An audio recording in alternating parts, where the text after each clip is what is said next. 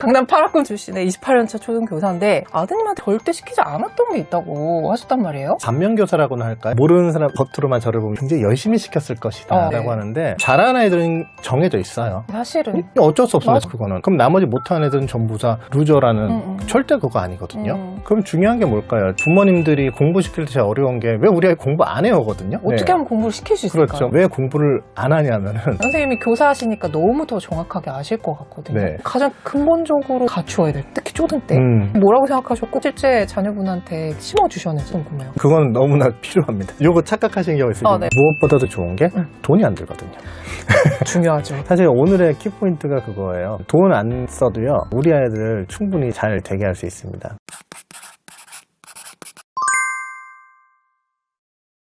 지금 내가 하고 있는 교육이 정답에 먼 것이 아닐까 걱정하시는 분들은 참 많으신 것 같아요. 그래서 오늘 여러분들께 꼭 필요한 말씀을 해주실 분을 모셨습니다. 조재범 선생님께 좋은 말씀 들어볼게요. 안녕하세요. 네, 안녕하세요. 교직 경력 28년차 초등학교 교사 조재범입니다. 경력이 28년 차세요? 이 정도면 선생님들 중에도 경력이 오래되신 편인 거잖아요. 그렇죠. 낮은 경력은 아니고요. 집사람이 27년차, 제가 28년차니까 네. 둘이 합쳐서 50년 훌쩍 넘죠. 와. 그러다 보니까 정말 수많은 아이들, 그 수많은 학부모님들 만나봤고, 무엇보다도 제 아들도 역시 초중고로 거쳐서 지금 대학생이 됐으니까 여러 가지로 우리 구독자님들께 실질적인 도움 드릴 수 있을 것 같아요. 선생님이 강남 8학군 출신의 28년차 초등교사인데 아드님한테 절대 시키지 않았던 게 있다고 하셨단 말이에요. 나름 명문초, 명문중, 명문고라고 하는데 나왔었는데 반면교사라고나 할까요? 제가 어릴 때 정말로 강압적으로 배웠어요. 동네 분위기도 무언가 안 하면 큰일 날 것 같은 분위기였기 때문에 그 안에서 저희 학창시절이라든지 이런 건 오직 공부 학업이었던 것 같아요. 네. 친구들도 잘 안 보였고 부모님과의 소통도 별로 없었던 게 사실인데 모르는 사람 겉으로만 저를 보면 굉장히 열심히 시켰을 것이다. 조기 교육도 많이 시켰을 그렇죠, 것이고 그렇죠. 교사가 얼마나 네. 열심히 시켰을까라고 하는데 저희 아들이 싫어하는 것을 강제로 시킨 건 없었어요. 그러다 보니까 흔히 말하는 학원도 사실은 거의 안 다녔고요. 오, 네, 초중고 학원도. 다요? 네, 초중고 다요. 공부를 강제로 시킨 것도 사실은 거의 없어요. 같이 책을 읽는다든지 같이 영어 공부를 한다든지 문제를 같이 푸는 경우는 있었지만 구태여 싫어한다면 그런 거 시키지도 않았고 초등학교 5, 6학년 시절이 굉장히 중요한 시기인데 그 시기에 저는 아들이 좋아하는 걸 시켰었고 결국 재수를 하게 됩니다. 재수할 때도 네가 재수를 하고 싶으면 하고 하기 싫으면 안 해도 된다 그랬어요. 그래서 자기가 재수를 하겠다고 해서 학원을 보냈고 거기서도 또 실패를 하게 돼요. 그래서 삼수를 하게 됩니다. 삼수를 하게 됐을 때 삼수를 하든지 아니면 네가 다른 걸 하든지 그것도 역시 너의 자율이다. 불안하지 않으셨어요? 저는 불안하지 않은 이유가 있었어요. 저희 아들과 믿음의 연대가 있었다고 생각을 합니다. 부모님들한테 말씀드리고 싶은 게 이거예요. 학업이 매우 중요합니다. 그 시절에는 저는 제자들한테 항상 얘기를 해요. 초등학교 5, 6학년 정도 아이들한테 과연 공부라는 게 인생의 몇 %를 차지할 거냐라고 했을 때 아이들은 대답을 하죠. 80%요 또는 100%요 이런 애들이 나옵니다. 그럼 저는 얘기하죠. 너희 인생에 있어서 공부라는 거 20%뿐이 안 된다. 그럼 아이들 깜짝 놀랍니다. 아니 어떻게 20%뿐이 안 돼요 선생님. 우리 엄마 아빠 선생님들은 다 공부하잖아요. 그럼 제가 그러죠. 100살까지 사는데 한 20년 정도 공부하게 된다. 공교육내에서는 너희가 있는 시기가 공부할 수 있는 시기니까 주변을 돌아보면 온통 공부 얘기뿐이 없지만 인생을 100으로 봤을 때 공부는 이 정도뿐이 차지하지 않는다. 예를 들어서 너희 할머니 할아버지를 만났을 때 할머니 할아버지가 보통 건강하니 좀 직장 생활은 잘하고 있니 아이들은 잘 키우고 있니 이런 얘기를 하지 공부는 잘하고 있니 시험은 잘 봤니 이런 얘기는 안 한단 말이죠. 네네. 그럼 아이들은 또 물어봐요. 그럼 선생님 20%뿐이 안 되니까 공부 별거 아니네요. 안 해도 되겠네요. 그러니까 많이 할 것 같아요. 네네. 그럼 제가 그럽니다. 인생의 20%도 제대로 처리하지 못하는 친구는 인생의 80%는 당연히 처리하지 못한다라는 얘기를 하거든요. 그럼 아이들은 매우 숙연해집니다. 그럴 것 같아요. 그리고 그 다음에 얘기를 해요. 공부는 잘하는 것이 아니라 열심히 하는 거다. 끝까지 포기하지 않고 열심히 노력하는 것을 우리는 배워야 된다. 왜냐하면 잘하는 아이들은 정해져 있어요. 사실은 어쩔 수 없습니다. 그거는 절대평가가 됐든 상대평가가 됐든 마찬가지입니다. 그럼 나머지 못하는 애들은 전부 다 루저라는 절대 그거 아니거든요. 그럼 중요한 게 뭘까요? 우리 아이가 커가면서 이 부모님과의 믿음의 연대감을 가지고 있잖아요. 그럼 그 아이는 커서도 부모님하고 의사소통을 잘합니다. 이 영상 보는 부모님들하고 언제 싸울까요? 공부 때문에 싸우죠. 그렇죠. 우리 아이하고 갈등이 생기는 건 거의 대부분이 공부에 관련된 얘기입니다. 사춘기가 되면 더 심해질 수도 있어요. 그랬을 때 그런 믿음의 연대감을 가지게 된다면 오랫동안 좋은 관계를 유지할 수 있거든요. 그 좋은 관계가 나중에 사회 나갔을 때 가장 큰 경쟁력이 될 수도 있습니다. 과거에는요. 공부했습니다. 이유가 있어요. 그때는 우리나라가 쉽게 말해 잘 사는 나라는 아니었습니다. 그러다 보니까 자원은 한정돼 있고 있고 그 자원을 빨리 획득해야 됐어요. 마치 선착순이었죠. 네네, 맞아요. 그러다 보니까는 좋은 대학교를 가야 되고 했습니다. 근데 지금 우리나라는 못 산 나라는 절대 아니에요. 굉장히 잘 산 나라 중에 하나입니다. 전 세계적으로. 그렇기 때문에 선착순의 자원이 한정되어 있지는 않아요. 좋은 학벌만 가진 사람만이 잘 산 나라는 아닙니다. 자신의 능력, 자신의 꿈, 자신의 이상 이런 거에 의해서 다른 방식으로 잘 살 수 있는 방향이 있거든요. 그런 시대에 과연 공부해서 부모님과의 사이까지 어긋나가면서까지 공부를 시키는 게 올바른 방법일까? 제 나름대로 철학을 가지고 했었는데 그때 대학교 안 가도 돼 라고 했을 때 삼수를 한다고 하더라고요. 짠하고 답답하지만 맞아. 그대로 믿었어요. 결국은 오히려 재수할 때보다 성적이 안 좋아져서 어떤 대학교를 가기는 했습니다. 부모 입장에서는 답답하죠. 네. 좀 슬프기도 하고 어릴 때 더 시켜볼까? 맞아요. 이런 그런 후회도 얘기 하죠. 하셨을 것 같아요. 시켜봤고 계속 응원해줬습니다. 단 한 번도 그런 걸 내색하지 않았어요. 그러고 나더니 아들이 한 1년 정도 대학생활을 하다 보니까 이건 아닌 거예요. 자기하고 맞지도 않고 자기가 생각했던 대학생활이 아니었던 거예요. 네네네. 그러더니 자퇴를 합니다. 그리고 스스로 편입시험 준비를 하더라고요. 결국은 지금은 수도권 대학교로 올해 네네. 올라왔는데 그 과정을 보면요. 스스로 한 거예요. 스스로 깨닫고 스스로 자퇴를 하고 스스로 공부를 해서 수도권 대학교까지 올라왔고 거기서 나름대로 즐겁고 지금은 오히려 고등학교 때보다 더 열심히 공부하는 것 같아요. 근데 어떻게 보면 되게 바람직한 모습이잖아요. 성인들도 본인이 필요하면 학교 다닐 때부터 더 열심히 공부를 하는데 맞아요. 진짜 공부를 해야 되는 상황의 아이들은 그걸 못 깨닫고 시키는 공부만 하다 보니까 어떻게 보면 거꾸로 되는 거잖아요. 근데 선생님은 그 이유를 오히려 내다봤다고 봐도 되는 걸까요? 네. 부모님들이 공부시킬 때 제일 어려운 게 왜 우리 아이 공부 안 해요거든요. 네, 맞아요. 어떻게 네. 하면 공부를 시킬 수 있을까요? 그렇죠. 맞죠. 네네. 그럴 수뿐이 없는 게 맞아요. 말씀하신 건 완전 거꾸로입니다. 왜 공부를 안 하냐면은 네. 공부를 해야 될 필요성을 못 느끼는 거예요. 공부 안 한다고 해도 지금 내 생활에 아무런 지장이 네, 없거든요. 그렇죠, 맞아요. 그런데 성인이 됐을 때 어떤 자격증을 따기 위한다든지 학위를 따기 위해서 밤새도록 맞아. 논문을 쓰고 밤새도록 시험 공부하는 경우 있어요. 그건 나한테 직접적인 영향이 있거든요. 이런 것 때문이라도 열심히 한단 말이에요. 근데 우리 아이들한테는 그게 없어요. 동기가 없으니까 우리 아이들은 공부를 하는 이유를 몰라요. 주로 어떤 이유로 가냐면 엄마한테 혼나지 않기 위해서, 아빠한테 혼나지 않기 위해서, 부모님이 좋아하니까, 또는 시험을 잘 보면 어떤 맞아. 보상이 있는다는 이런 식으로는 지속적으로 될 수 없습니다. 부모님한테 혼나지 않기 위해서, 부모님의 기대를 충족시키기 위해서 하는 거는요, 굉장히 소극적인, 수동적인 거거든요. 오래 지속되기가 어렵죠. 그리고 사춘기가 되면 자아식이 딱 비대해지죠. 개념이 그러면서 그러죠. 내가 왜 엄마 아빠의 눈치를 기대를 채우기 위해서 공부를 하는 거야? 그리고 내가 왜 엄마 아빠한테 혼나지 않게 해서 공부하는 거야? 대들죠. 공부하는데 네. 뭐라 그래? 내가 공부하는 거잖아 라고 한단 네. 말이에요. 어떻게 보면은 스스로 공부를 했으면 좋겠다라고 기대하는 게 대부분의 학부모님들인데 사실 그걸 할 수 있는 아이들이 정말 극소수인 예, 거죠. 맞아요. 정말로. 그러면 선생님 말씀하시는 상황이 이 영상을 보시는 대부분의 가정에서 일어날 수밖에 없는 상황일 것 같다는 생각이 드는데 그럼 이 시점에서 이런 게 궁금하실 것 같아요. 그래 믿어줄 수는 있겠지. 속은 타들어가도 겉으로는 믿어줄 수 있어. 근데 아이가 언젠가는 깨달아서 공부를 하게 되는 순간이 올 때 기초가 없어서 더 이상 발전이 안 되면 어떡할까 이런 걱정은 하실 수 있거든요. 네, 맞아요. 그거는 선생님이 교사하시니까 너무 더 정확하게 아실 것 같거든요. 네. 그럼 가장 근본적으로 갖추어야 될, 특히 초등 때 음. 이게 뭐라고 생각하셨고 실제 자녀분한테 심어주셨는지 궁금해요. 그건 너무나 필요합니다. 제가 믿으라고 했지 방임하라는 얘기는 아닙니다.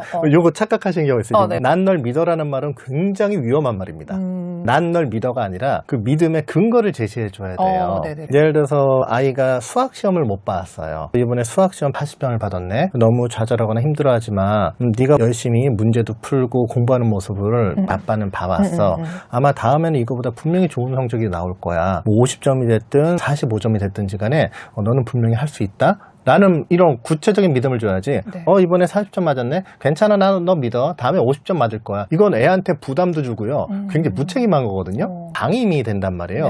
그러니까 어떤 게 필요하냐면 특히 5, 6학년 때는 그 이후로도 중요한 거는 수학하고 국어, 영어도 필요합니다. 이 세 가지는 꼭 잡고 가야 돼요. 그럼 자녀분한테 그거는 시키셨던 거예요? 네.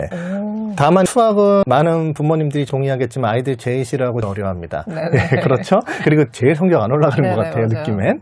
그래서 그렇게 열심히 시켰어도 저희 아들도 수학은 정말 어려워했고요. 그다음에 국어나 영어 같은 경우는 독서를 많이 시키긴 했어요. 제가 책을 많이 읽어주기도 했고 네. 책을 읽는 모습을 보여주기도 했고 꾸준히 영어를 했어요. 끌어안쳐서 하는 건 아니었지만 아빠가 하는 거 계속 보고 아들이 끝까지 그런 걸 손에서 놓진 않았거든요. 학원에 보내면 부모님들은 안심하십니다. 왠지 아세요? 내 눈에 안 안 보여서. 맞아. 어떤 시기에 뭘 하면 큰일 나요. 뭘 하지 않으면 큰일 나요라고 하는데 글쎄요. 부모님들도 스스로 아실걸요. 내가 만약에 후천적으로 뭔가 하겠다는 의지나 이런 게 생기면요. 그리고 그때 나를 지지해주는 사람이 있으면 훨씬 동력을 얻거든요. 지지해주는 사람이 부모님일 때는 더더욱입니다.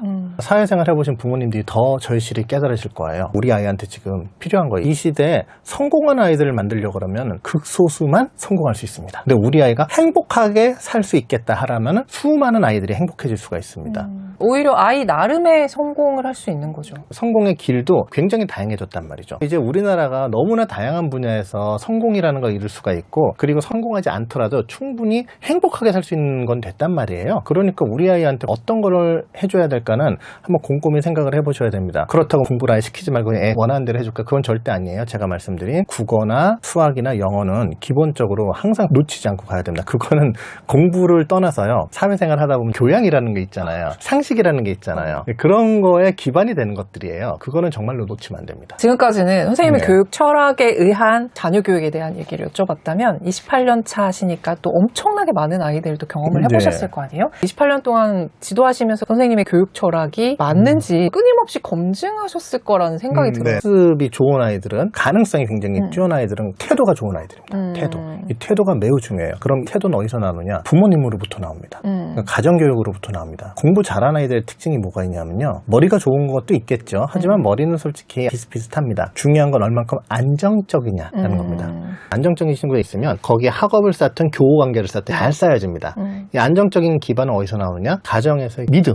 거기서 오는 거예요. 아까 말씀하셨던 거랑 일맥상통하네요. 나를 믿어주는 사람이 있고 부모님이 나를 서포트한다는 게 있으면 두려움이 없어요. 실패에 대한 두려움도 없습니다. 근데 실패에 대해서 두려움을 갖고 있는 아이들이 있어요. 시험을 못 보는 게 두렵고 공부에 대한 걸 불안 정서를 기본적으로 갖고 있는 거예요. 공부는 못하면 혼나요. 그러니까 이 아이는 공부는 싫어요. 근데 안정적인 아이는 내가 좀 못하더라도 부모님이 믿어주고 응원해준단 말이에요. 그럼 이 친구한테 공부는 뭐예요? 새로운 지식의 습득이에요. 즐거울 수 있어요. 모르는 걸 배우는 건 누구나한테나 즐겁거든요. 근데 모르는 걸 배우는 과정에서 실수하더라도 비난이나 비판이 없고 그래요. 그럼 이 친구한테 공부라는 거는 괜찮은 거예요. 실패하더라도 이런 거였구나 라는데 근데 실패를 두려워하는 아이들한테는 공부는 항상 테스트고 굉장히 혹독한 과정인 거죠. 그리고 혹독한 과정에서 결과가 나쁘면 또 비난이 따라와. 이러면 이 친구들이 공부를 좋아할 수가 있나요? 그게 고정관념으로 초등학교 때부터 됐어요. 그럼 중고등학교 가면은 이 친구들의 스트레스는 극에 달합니다. 이땐 그 친구들 공부가 미래 진로에 큰 영향을 끼친다는 걸 알잖아요. 그러니까 그때는 정말로 학업을 포기하고 학업을 포기하면 아예 학교 생활을 포기해버리는 그런 단계까지 가기 때문에 28년 동안 수많은 아이들을 보면서 공부 잘하는 아이들의 공통점을 봤을 때 안정감 그런 걸 가진 친구들이 나중에 정말 잘 되는 것도 많이 봤습니다. 초등 때부터 잘하는 애들도 있겠지만 선생님이 보셨을 때 얘는 안정감이 좀 있네 이런 걸 봤는데 초등학교 때는 조금 미미했어도 그 이후에 격하게 성장해서 잘 되는 아이들도 꽤 보셨겠어요? 네. 초등학교 5, 6학년쯤 되면은 진짜 극명하게 보이거든요. 그래서 부모님을 상담하면 아이들을 파악할 수 있지 않냐라는 말을 하는데 전 거꾸로 말하죠. 아이들을 보면 부모님이 유추가 된다. 저는 아이를 먼저 보잖아요. 부모님들보다. 보통 4월이나 5월 달에 학부모 상담 주간에 면담을 하게 돼요. 그때 저희가 상상한 부모님의 모습이 있어요. 저는 한 90% 이상 맞습니다. 그 이유가 뭐겠어요? 결국 아이들은 부모님의 그림자란 말이에요. 그래서 보통 차분하고 안정적이고 자기 주도적 학습 능력이 있는 친구들 보면 부모님들도 안정감이 있으세요. 그리고 아이가 항상 불안해하고 뭔가 힘들어할 때 보면은 부모님들도 굉장히 조급해하세요. 특히 1학년 같은 경우 한글을 보통 떼고 옵니다. 못 떼고 온 애들도 있어요, 실제로. 아주 가끔. 그러면 엄청 걱정하고 어떤 부모님들 막 자책을 해요. 한 학기 지나고 1년 지나면 다 똑같아집니다. 그런 거에 너무 걱정을 안 하셨으면 좋겠고요. 그래서 28년 동안 아이들을 보면서 믿음이 기본이 되는구나 해서 과감하게 저희 아들한테 그렇게 할 수 있었던 거죠. 이 영상을 보시는 학부모님들이 오늘부터 우리 아이를 믿어줘야겠다. 그게 직접적으로 느껴지게끔 행동을 하시는 것도 있고 마음가짐일 수도 있을 것 같은데 팁을 좀 주실 수 있을까요? 믿음이라는 거는요. 알아야 돼요. 부모님께 여쭤볼게요. 자기 자녀를 얼만큼 알고 계세요? 우리 아이가 제일 친한 친구가 누군지 우리 아이는 방에 문을 닫고 들어갔을 때 무엇을 하고 있는지 우리 아이가 지금 현재 가장 좋아하는 것과 가장 싫어하는 것 그리고 가장 힘들어하는 것 가장 편해하는 것, 굉장히 쉽게 하는 것, 이게 뭔지 아셔야 돼요. 의외로 많은 부모님들 모르십니다. 그냥 짐작만 하거나 짐작만 하고 있죠. 그 이유가 뭘까요? 서로 소통이 없어서 그래요. 서로 이야기를 많이 하다 보면은 서로에 대한 정보를 많이 알게 됩니다. 그리고 많이 들어주셔야 돼요. 아이하고 얘기 많이 하는데라고 하는데 얘기가 아니라 보통 훈시를 많이 하는 경우가 있습니다. 엄마만 훈계, 충고, 너는 이렇게 살아야 돼, 라떼는 말이야, 이런 식으로 하면요 굉장히 힘들어집니다. 저학년 때 그냥 가만히 앉아 듣는데 고학년 때 회피하고 엄마, 아빠 그 이야기나 귀에 딱지가 않도록 들었어, 귀에서 피날 것 같아, 맨날 이럽니다. 그거가 아니라 우리 아이의 이야기를 들어주고 대답을 해주세요. 부모님이 하는 말씀은 거의 대부분 맞습니다. 네, 옳은 맞죠. 말이에요. 교장선생님 훈시 같은 건가요? 착하게 살아야 돼, 친구하고 사이좋게. 그거 이미 아이들 다 알고 있어요. 근데 네. 그걸 부모님의 입을 통해서 또 듣는 거나 마찬가지니 그러지 마시고 이 아이의 말을 들어주고, 그럼 그 과정에서 알게 되고, 알게 되면은 믿음을 줄 수가 있고, 그때 상대방은 진짜로 신뢰를 합니다. 부모님이 나를 믿어줘. 근데 그냥 말로만 난 널 믿어, 이거 안 통한다니까요. 애들이 알아요. 어릴 때는 모르지만 좀만 커서 인지적 능력이 성장을 하게 되면 말만 나를 믿는 거야. 아니면 나 그냥 방임이네, 이런 식으로 생각을 하기 때문에 가장 중요한 거는 하루에 10분이든 15분이든 이야기하는 시간을 꼭 가져주십시오. 아이 말을 듣고 대답을 해주세요. 그게 짧은 시간에 형성되진 않거든요. 쭉 지속이 되면 어느 순간에 서로 합니다. 그때는 서로 눈빛만 봐도 우리 아들이, 딸이 무슨 생각하는구나, 그리고 눈빛만 봐도 우리 엄마가, 우리 아빠가 믿음의 눈빛이구나. 그때부터 신뢰관계가 형성이 되면요, 아이는 절대로 사춘기가 되더라도 문을 잠궈버리고 부모님과의 소통을 단절하지는 않을 겁니다. 선생님도 워킹맘 워킹데드이기 때문에 아이하고 같이 하는 시간이 상대적으로 적으실 수밖에 네. 없잖아요. 이 영상 보시는 분들도 워킹맘이신 경우에는 얼굴 보기도 힘들다 이러시는 분들도 계실 텐데, 시간을 쪼개서 어떻게 대화를 해야 될지 이것도 막연하실 것 같아요. 요즘은 물리적으로 만들어낼 수 있는 시간이 적기 때문에 짧은 시간을 딥하게 가셔야 돼요. 저 같은 경우 이렇게 됐습니다. 유치원 때 아들이니까 저는 아빠고 하니까 육체적으로 놀아줍니다. 같이 뭐 뒹굴기도 하고 나가서 뛰어다니기도 하고 하잖아요. 그런데 제가 퇴근을 늦게 하면 어두워지면 밖에 못 나가요. 네. 그렇죠. 그러면 집안에서라도 5분이든 10분이든 진짜 애하고 격렬하게 놀아줍니다.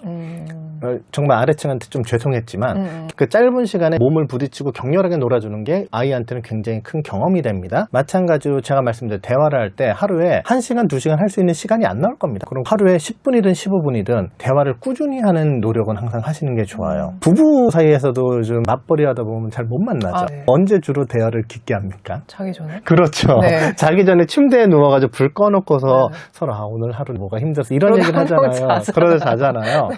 이 시간이 타인과 다른 거예요. 그 시간이 결국 신뢰를 형성하는 시간이 된단 말이에요. 부부관계에서도. 네. 마찬가지로 아이하고도 짧은 시간만 대화를 하세요. 사실 제가 추천하는 건 밥을 같이 먹는 겁니다. 저녁을 같이 먹으면서 그때만이라도 휴대폰이나 TV 안 보고 얘기를 해보는 거예요. 만약에 그게 여의치 않다, 난 퇴근을 늦어서 저녁을 먹질 못한다라고 하면, 외국에서 많이 그러거든요. 아무리 바빠도 자기 전에 쓱 가가지고 몇 마디를 들어주고, 오늘 하루 어땠어? 뭐 오늘 힘든 거 없었어? 오늘 제일 기억에 남는 게 뭐야? 오늘 가장 기분이 좋았던 게 뭐야? 라고 간단하게 던져주고 이야기를 받는 그런 시간을 한 5분에서 10분 정도만 가져주십시오. 그게 훗날 아이들한테 엄청나게 좋은 기억이 될 거고 영향을 끼칠 겁니다. 무엇보다도 좋은 게 돈이 안 들거든요. 중요하죠. 돈이 안 들고 부모님들의 정성이 들어가거든요. 사실 오늘의 키포인트가 그거예요. 돈 안 써도요, 우리 아이들 충분히 잘 되게 할 수 있습니다. 그러려면 뭔가가 돈 대신에 들어가야 되잖아요. 그게 부모님의 관심과 정성이에요. 간섭과 참견이 아니에요. 요거를 잘 구분을 하셔야 됩니다. 오늘 자녀교육 얘기부터 28년 동안 아이들을 지도하면서 느끼셨던 얘기들을 들었습니다. 마무리 말씀을 여쭤보고 싶은데, 네. 선생님 초임교사이실 때랑 지금에 와서 봤을 때 교육관도 많이 바뀌셨을 것 같고, 그리고 또 초등교사이시기 때문에 초등 시기에는 정말 꼭 해둬야 중고등 때 또는 그 이후에 성인이 돼서 행복한 삶, 그리고 잘 자라기 위해서는 반드시 갖춰야 되는 게 있을 것 같다는 생각이 들거든요. 제가 1999년도에 초임 발령받아서 갔을 때 저는 이 생각했어요. 선생님은 가르치는 사람, 교과 지식이 굉장히 중요하다고 생각을 했었습니다. 근데 지금 와서 생각해보니까 그게 좀 많이 바뀌었어요. 교과 지식보다 더 중요한 게 세상에는 많이 있고, 우리 아이들이 나갔을 때 교과서에 있는 지식보다 더 많은 것들이 필요하다. 하지만 제가 말씀드린 국어, 수학, 영어는 놓치지 말아야 된다. 이거는 교과가 아니라 현대사회를 살아가기 위한 기본 소양이다. 그리고 AI 시대 합니다. AI 시대 때는요, 예세 과목이 더 필요하고, 더 중요한 거는 인간에 대한 이해가 정말 필요한 시대가 왔어요. AI 시대 때 코딩이 중요한 것이 아니고 어떠한 지식이 중요한 게 아닙니다. 지식은 솔직히 AI가 더 많이 알 겁니다. 더 중요한 건 인간적인 면이거든요. 그래서 인간 관계를 어떻게 형성하느냐. 그럼 인간관계 형성이 어디서부터 되겠어요? 집에서. 그렇죠. 인간관계 가장 기본적 1차 관계가 부모님과의 관계입니다. 부모님과 관계가 잘 형성돼야지 외부로 다른 관계들이 형성이 되거든요. 인간과 인간과의 믿음, 소통, 감정 이런 걸 이해할 수 있는 부분, 공감 능력 이런 거거든요. 오늘 말씀드린 건 사실 그런 거예요. 그런 게 됐으면 우리 아이들 학업은 자동적으로 따라오게 돼 있습니다. 장난파라가 많은 친구들 보잖아요. 굉장히 훌륭한 친구들이 많이 있거든요. 그런 친구들 보면 대부분 다 그런 과정을 거쳤어요. 오직 공부만 잘한 건 아니다. 그래서 그런 말씀 꼭 드리고 싶다는 게 오늘 제 결론이 되겠습니다. 오늘 선생님의 말씀을 통해서 많은 분들이 공감 가는 부분도 있고 그동안 조금 불안했던 내용들도 그래 이런 게 더 중요하구나 이런 생각들을 새삼하시는 그런 시간이 아니었나 싶습니다. 선생님 좋은 말씀 나누셔서 감사합니다. 수고하셨습니다. 네, 감사합니다.